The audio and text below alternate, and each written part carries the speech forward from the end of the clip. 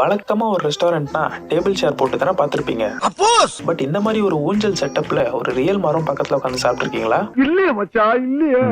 இன்னைக்கு நம்ம எங்க வந்திருக்கோம்னு பாத்தீங்கன்னா பெங்களூர் கம்மனல்லி மகா பஜார் பக்கத்துல இருக்கிற ரோல் மாஃபியா இல்ல மேரின் கருநாடு. ஐயோ பாவம், அவரே கன்ஃபியூஸ் ஆயிட்டாரம்மா. நீங்க ஒரு அத்தன்டிக் கர்நாடகா நான்வெஜ் ஃபுட் சாப்பிடணும்னு நினைச்சீங்கன்னா கண்டிப்பா இந்த பிளேஸை நான் ரெக்கமெண்ட் பண்ணுவேன். இவங்க கிட்ட எனக்கு பிடிச்சது என்னன்னு பாத்தீங்கன்னா இவங்களோட ஆம்பியன்ஸ் தான். நடுவுல இருக்கிற மரத்தை கட் பண்ணாம அதையே யூட்டிலைஸ் பண்ணி டிசைன் பண்ணிருக்காங்க.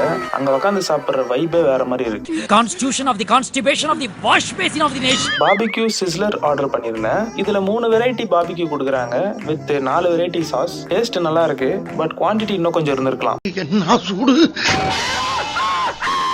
இது ஆக்ஷன் மேடம், இது ஆக்ஷன். இங்க நிறைய பேர் இந்த சிஸ்லர் வாங்குறாங்க. சோ இந்த இடமே ஒரு புகை மண்டலமா இருக்கு. கலிகளி எல்லாம் வெளிய எடுத்துட்டு வந்துரும்.